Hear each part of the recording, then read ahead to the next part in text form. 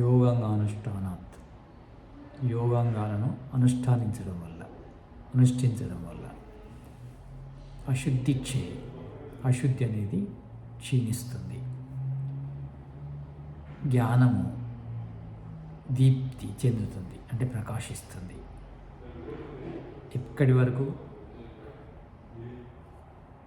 వివేక ఖ్యాతి కలిగే వరకు.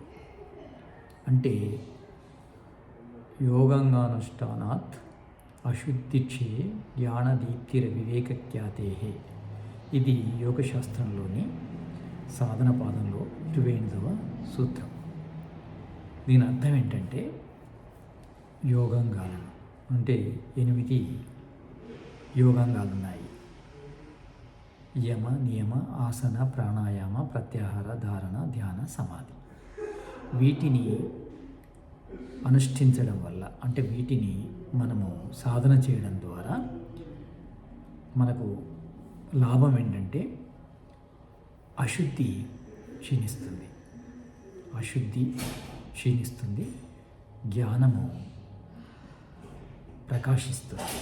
ఎక్కడి వరకు ప్రకాశిస్తుందంటే వివేక ఖ్యాతి కలిగే వరకు, అంటే ప్రకృతి పురుష వివేక జ్ఞానం కలిగే వరకు ఈ జ్ఞానం అనేది అభివృద్ధి అవుతుంది. అంటే జ్ఞానము అభివృద్ధి కావాలంటే అశుద్ధి నశించాలంటే మనము ఈ యోగాంగాలను పాటించాలి. యోగాంగాలను పాటించడం ద్వారా అశుద్ధి నశిస్తుంది. అశుద్ధి అంటే తామసికము, రాజసికము నశిస్తాయి. తామసికము, రాజసికము నశించడం ద్వారా సాత్వికము అనేది వృద్ధి అవుతుంది. అంటే జ్ఞానదీప్తి అంటే సాత్విక వృద్ధి జరుగుతుంది.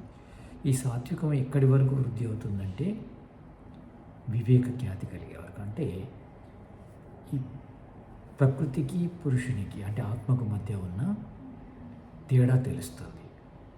అప్పుడు దాన్నే వివేక ఖ్యాతి అంటారు. ఆ వివేక ఖ్యాతి వల్ల పరవైరాగ్యం కలుగుతుంది.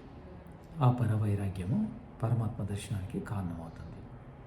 అప్పుడు అసంప్రజ్ఞాత సమాధి లభిస్తుంది. దాని ద్వారా పరమాత్మ దర్శనం కలుగుతుంది. అంటే యోగాంగాలను ఎందుకు మనము సాధన చేయాలంటే, మన అశుద్ధి అనేది రాజసికము, తామసికము అని చెప్పచ్చు, రాగద్వేషాలని చెప్పచ్చు, అవిద్యాది క్లేశాలని చెప్పచ్చు. అవిద్య, అస్మిత, రాగము, ద్వేషము, అభినివేశము ఇవన్నీ క్షీణిస్తాయి మనము యోగాంగాలను పాటిస్తే. అవి క్షీణించడం ద్వారా మన లోపల జ్ఞానం అనేది వృద్ధి అవుతుంది. ఎక్కడి వరకు వృద్ధి అవుతుందంటే వివేక ఖ్యాతి కలిగే వరకు వృద్ధి అవుతుంది. ఆ వివేక ఖ్యాతి వల్ల మనకు పరవైరాగ్యం వస్తుంది. ఆ పరవైరాగ్యమే ఉత్తమ సమాధి అయిన అసంప్రజ్ఞాత సమాధికి కారణమవుతుంది.